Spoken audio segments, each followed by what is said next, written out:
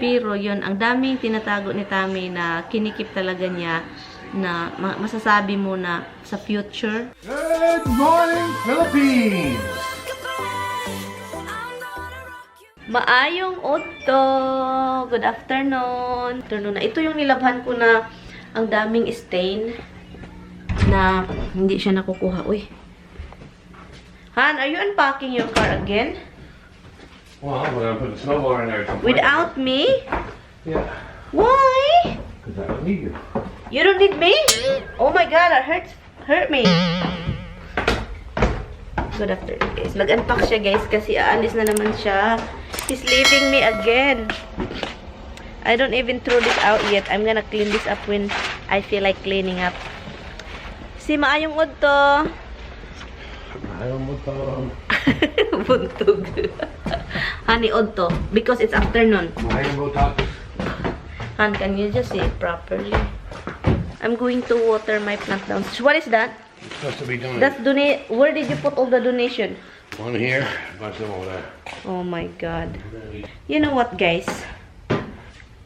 Sinabi ko sa inyo, di ba, na yung sister-in-law ko yung nag-asikaso ng mga donation. Ay, pinadala niya dito, guys. So, ngayon, guys, dito tayo kukuha ng tubig para sa pang-dilig sa plant natin sa baba. Di ba, may sink kami doon sa sa garahean, sa garage. Ayaw kong mag-open ng pipe o mag-open kasi nag-frozen siya, guys. Ay, ginoo ko.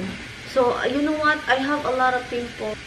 Ang dami. Hindi dito. Dito sa gilid. O, sakit. Dito. Oh my God. So, ngayon, guys, good morning, good afternoon po. So, yun si Tami, nag-unpack siya sa sasakyan dahil pupunta siya sa isang bahay. Nag-iiyak-iyak ako kaninang umaga, guys. Yung nagbigti na Pinay. Hindi ko man siya talagang kakilala kasi sa phone lang kami sa Facebook nagkakilala. Pero nung nakita ko yung yung live stream na video nila sa funeral, yung viewing na, iyak ako nang iyak kaninang umaga talaga. Yung nakita ko yung anak niya na babae, panganay. Mga nasa 6 or 7, I think, years old na yun. Andun sa harap ng mama niya, halik ng halik sa noo.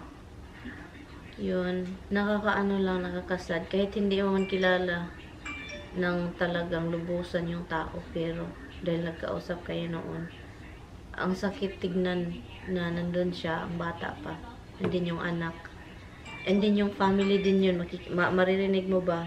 You know, alam mo naman tayo mga Pinoy, kapag iiyak, talagang iyak talaga. Tayong Pinoy talaga is talagang ilabas natin yung sakit. Doon ako talaga naiyak talaga at saka pinakita yung mukha ni Pinay. At nagwala. Sabi niya, he doesn't need me. So ngayon, nagwala. Anyway guys, magbisbis lang ako sa baba. It's an anonymous bunch of moderators. I mean, they have a little emoji. I think we have someone here supposed to be dressed up as them, but I don't know where he is. You'll find him. He has like a blonde, he's a blonde wig on. But look.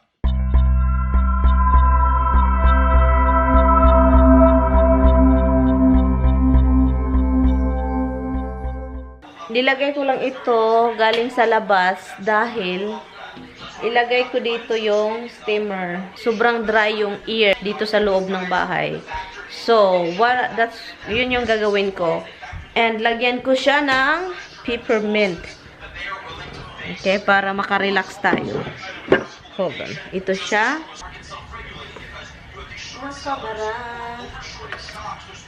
Tik-tik-tik.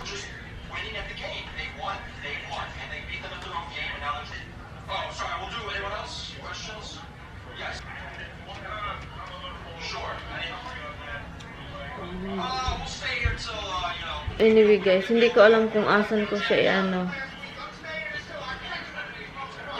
Patay. Nag-ano siya, naglilik. Oh my gulay. Why is it leaking when I do that? That shouldn't be happening. Oh, bakit naglilik? Bakit ka naglilik? Uy! You close Miss Roxy. Hi, Miss Roxy.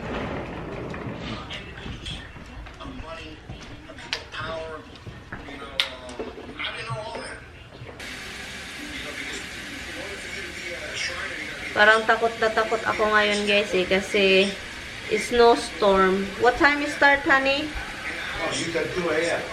2 o'clock here in the tomorrow morning. Tonight, pero tomorrow na early. Tonight, 2 o'clock bukas ng umaga. Like, pinakaaga talaga. So, I kind of like nervous, guys. Ilagay natin ito. Diyan. Okay. The thing is... Yeah.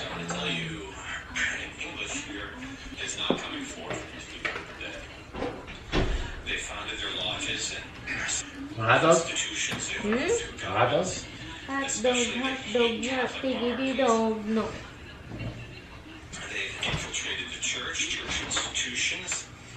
Okay. This is humidity control and mist volume. And some other people hand put peppermint hand to relax. Yeah. Huh? Yeah. Can I do that? Still got a drop some of it. How come you want hot dog? We have a ton of food. Nagutom si Mister. Ako naman guys, katulogon. I've been sleepy since this morning, but I don't go to sleep. Yan, nakauna siya. Tonight, or maybe tomorrow, I will put peppermint. Pero kapag lagyan ko siya ng peppermint, guys, hindi ko siya facing towards the plant kasi masira yung plant. Love, are you gonna leave me? What time? Huh? Han, I feel feverish, Han. Touch me, Han. My neck. Doesn't feel warm. Your hand is cold. Makes me cold. Oh my God. Para akong kagabi patuubo ako ng ubo. Hindi okay pakiramdam ko.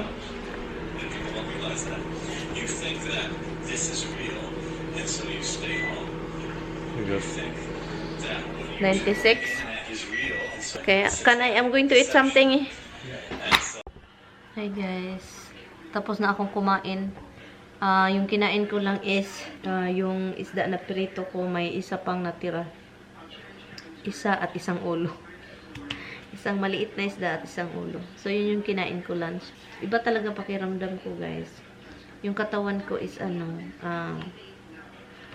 parang masakit. Masakit na sleepy ko, na hindi ko gets. Iwan ko. Mag-ano sana ako sa package, kaso iba talaga yung katawan ko ngayon. Ngayong araw. Hindi ko mag-gets kung ano to, pero yun iba. Pahinga lang ako. Later. Hi guys! Nanonood lang ako ng Back to the Future na movie. And aalis si Tami mamaya, di ba? So, lutuin ko lang ito para meron siyang staple. Yung staple by stapler. Staple para pagkain niya. Ano pa rin yung pakiramdam ko, hindi pa rin ako okay. Parang sakit pa rin. Hindi man may sakit, pero yung pakiramdam ng katawan ko kasi, nafe-feel ko kasi yung katawan ko. But anyway guys, andun siya sa labas. Mag-ano lang tayo nito. Lutuin. Ang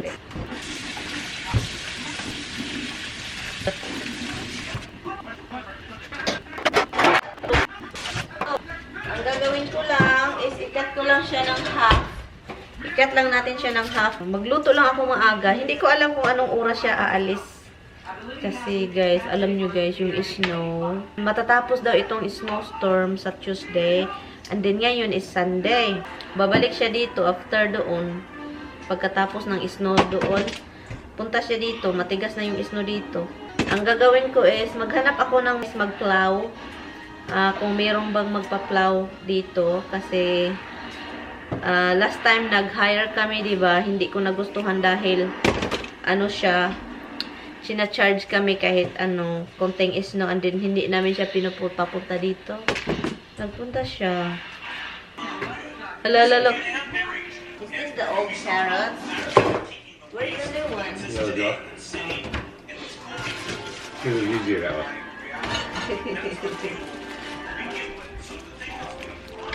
My baby. Ito, carrots tayo, guys. At potato. That my husband can have food. Alam nyo, guys, every time na magluluto ako, and yung parang masarap yung luto, mabango, yung parang hindi Pinoy ba, luto. Makikita ako sa mukha ni Mr. na masaya siya. Parang masaya yung ano niya ba na, oy, may nagluluto. Makikita mo talaga sa mukha. Parang napipil mo kung ano yung ano niya. Parang, ano, yun. Napipil ko na every time magluto ako, masayahan siya. Masaya din ako kung ganun. What, is it done? Yeah. Ay. Yep. Oh, there is 3 in it? Yeah. I don't know. Did I? It'll be all wet. Ha? Yeah, it's gonna be all wet. Back to the Future 3 na tayo, guys. Maganda yung movie. I think I saw this one. Well, they all thought of it. Ha? Okay. That scene is every one of them. It's always like that? Every one of them. That's like the scene. Ah.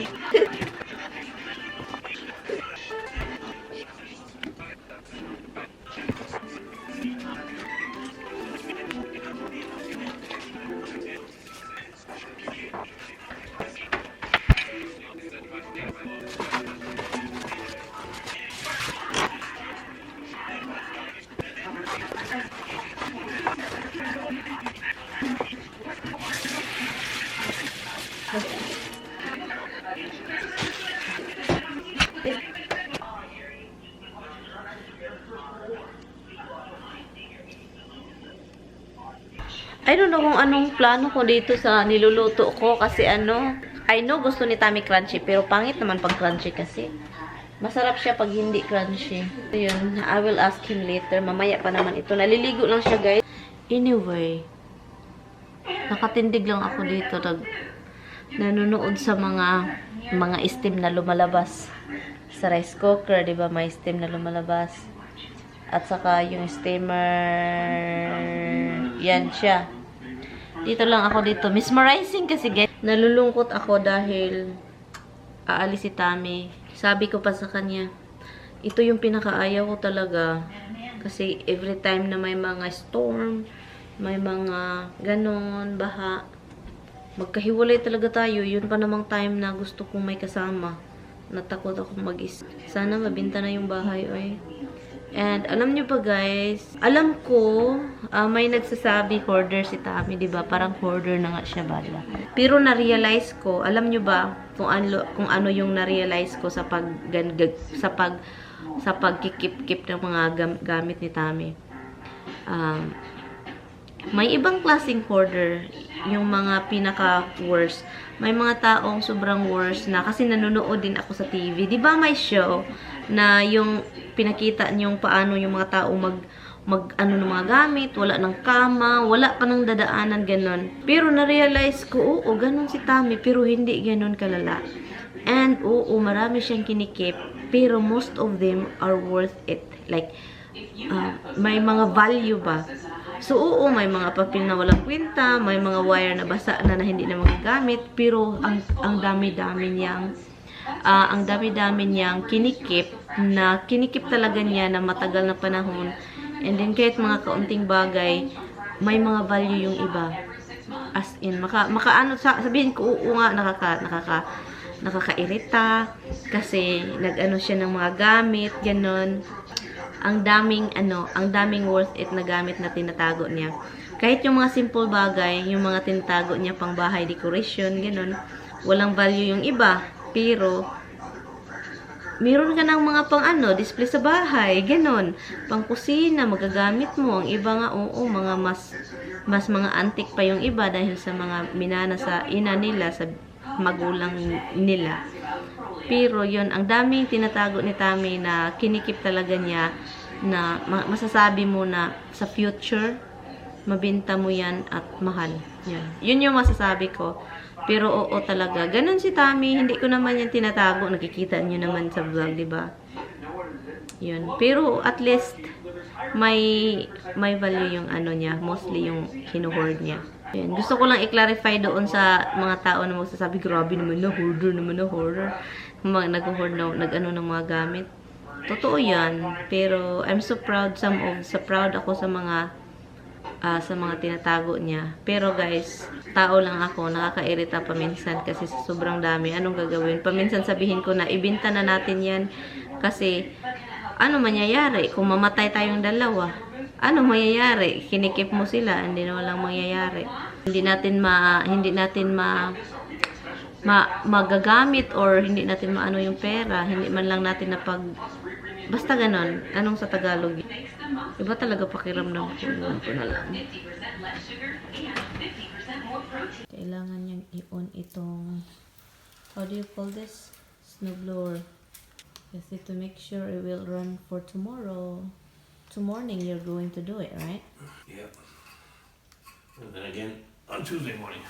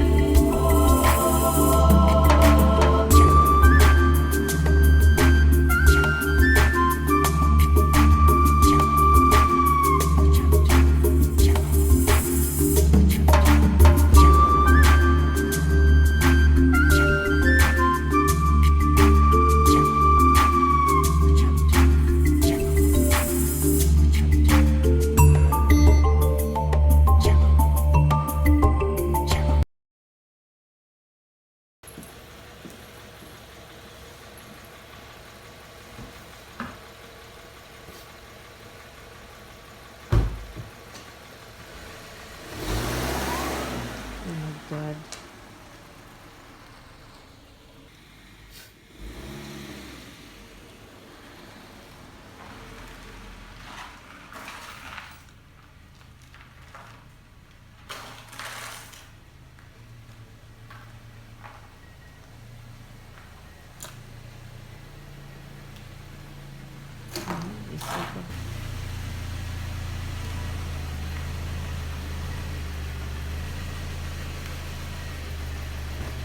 Han, my wheels are flat. Hindi na siya kakain dito, guys. So, pinabaon ko na lang sa kanya itong pagkain para meron siyang makain. Yung niluto ko. And then also, maglagay ako dito ng kailangang padalhan ng pagkain. Kasi alam nyo, he's bringing his phone. You're bringing your phoney? Oh, laptopy? Why you have to bring your laptop? I'm gonna be there for a couple days. When are you coming back? Sometime Tuesday. Say bye-bye, honey. Bye, guys. Oh my God, you're not even looking.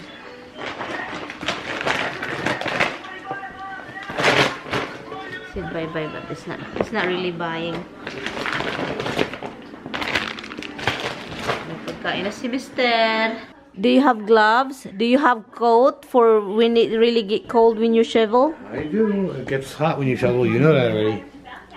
Love you on. I talk to you later. Bye, guys. Bye, on. I love you. Can you give me a hug? You go down there. I'm taller here. Huggy, huggy. I love you very much. Love you too. I love you so much. Hey, the food! The food! Tingnan nyo, hindi man lang dinala. Oh my God. Nakalimutan ko rin. Turn your heater. Na-open kasi guys. Tignan nyo. Bye! Tignan nyo, open. Kasi hindi ko ito. Bye!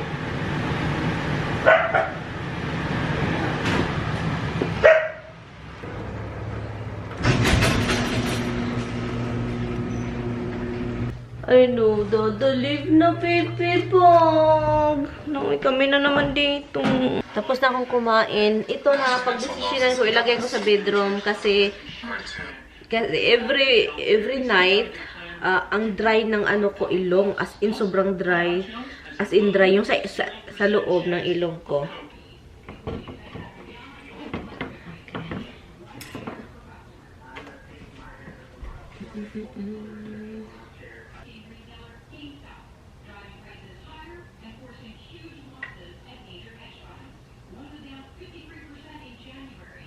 So, I'm going to end the vlog. So, yung snow is mag-start siya later on, mga 1 or 2 ng umaga mamaya. So, that means pagising natin bukas, mataas na yung snow and sobrang windy. So, yun yung ang kinakatakutan ko is yung windy. Yun. Anyway guys, good night. Thank you guys so much for watching. I will see you guys tomorrow.